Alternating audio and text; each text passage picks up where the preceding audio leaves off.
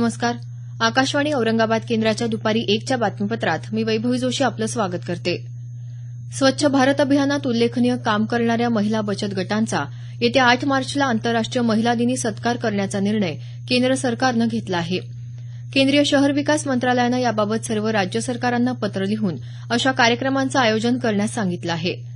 स्वच्छतेविषयी महिलांमध्ये जागृती होण्याच्या उद्देशानं या कार्यक्रमाचं आयोजन करण्यात येणार आहे.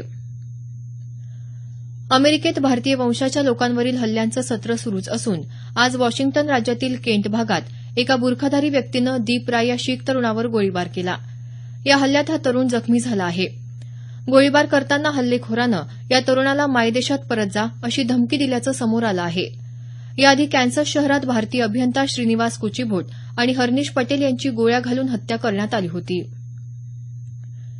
विशेष प्राधान्याने देण्यात येणाऱ्या H-1B व्हिसाची प्रीमियम प्रक्रिया 3 एप्रिलपासून काही काळासाठी स्थगित करण्याचा निर्णय अमेरिकेनं घेतला आहे. या योजनेत काही कंपन्यांना व्हिसा रांगेत यावे न लागता प्राधान्यानं व्हिसा मिळतो. हा व्हिसा भारतीय माहिती तंत्रज्ञान व्यावसायिकात विशेष लोकप्रिय आहे.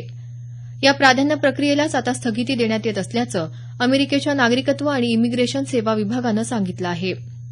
ही स्थगिती 6 महिन्यांसाठी असू शकते. या काळात केवळ प्रलंबित व्हिसा अर्जांवर निर्णय घेण्यात येणार आहे. राज्य सरकारनं 2016-17 या वर्षासाठी अर्थसंकल्पात विविध विकास कामांसाठी केलेल्या आर्थिक तरतुदींपैकी केवळ 45%च प्रत्यक्ष खर्च केल्याचं आर्थिक विभागानं जारी केलेल्या अहवालात म्हटलं आहे. अर्थसंकल्पातील सुमारे 3 लाख कोटींच्या तरतुदींपैकी केवळ 2 लाख कोटी रुपयेच विकास कामांसाठी उपलब्ध झाले असून त्यापैकी 1,38,000 कोटी रुपयेच विविध योजनांवर खर्च झाल्याचं या अहवालात नमूद करण्यात आलं आहे. राज्य सरकारनं महाराष्ट्र शहर टॅक्सी अधिनियम 2017 लागू करण्याचा निर्णय घेतल्याचं परिवहन मंत्री दिवाकर रावते यांनी सांगितलं. मुंबई इथं ते वार्ताहर परिषदेत बोलत होते. राज्यातल्या प्रवाशांना किफायतशीर तसंच सुरक्षित प्रवासाची साधनं उपलब्ध करून देणं आवश्यक असल्यानं संकेतस्थळ आधारित टॅक्सी सेवेचं नियमन करण्याचा निर्णय घेतल्याचं ते म्हणाले. प्रवासी भाड्याची कमाल आणि किमान मर्यादा शासनाकडून निश्चित केली जाणार असून लहान टॅक्सी, मध्यम आरामदायक आणि मोठ्या टॅक्सीसाठी दर आकारणी वेगळी असेल असं त्यांनी स्पष्ट केलं. पुण्यात शास्त्रज्ञांच्या एका गटाला मोबाईल फोनवर वाढणारे 2 जीवाणू तसंच बुरशीच्या एका नवीन प्रजातीचा शोध लागला आहे. नॅशनल सेंटर फॉर सेल सायन्सचे शास्त्रज्ञ डॉ. योगेश शौचे आणि त्यांचे सहकारी मोबाईल फोनवर आढळणाऱ्या जीवाणूंचा अभ्यास करत असताना त्यांना जीवाणू तसंच बुरशीच्या या 2 नवीन प्रजाती आढळल्या. 27 मोबाईल फोनच्या निरीक्षणात या गटाला मोबाईलवर साचणारी धूळ आणि घाम यामध्ये विविध प्रकारचे सुमारे 515 जीवाणू आणि 28 बुरशी आढळून आल्याचं याबाबतच्या अहवालात म्हटलं आहे. महिला उद्योजकांना अधिक सक्षम करण्यासाठी राज्य शासन लवकरच महिला उद्योग धोरण राबवणार असल्याचं उद्योगमंत्री सुभाष देसाई यांनी सांगितलं. मुंबई इथं जागतिक महिला दिनानिमित्त आयोजित आम्ही उद्योगिनी पुरस्कार वितरण समारंभात ते बोलत होते.